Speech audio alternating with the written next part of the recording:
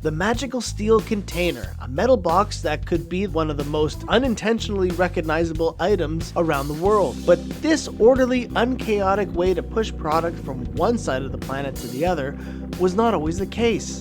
As global supply chain experts who love solving problems, we're always interested in the story behind the story.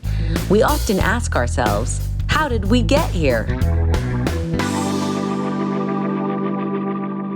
Since the days of the ancients, maritime cargo had been transported by a method called break bulk shipping. Different sized cargo slung onto a ship one small batch at a time, followed by a game of onboard Tetris, just to make sure that everything fit okay. It was a very long process, a very long and boring and money wasting process. At least that's how Malcolm McLean saw it in the 1930s. Malcolm McLean was a truck driver and trucking business owner who spent many hours waiting for his truck's cargo to be placed on a ship. And it was during this long waiting game that he had a vision of his trucking company's future. And it was in the form of a metal box. A metal box that could hold all different types of cargo and have that container removed off his truck and placed onto a ship, reducing the amount of offloading and onloading and also creating a much simpler game of Tetris. He would eventually use this method of containerization for his own trucking company, though by 1956,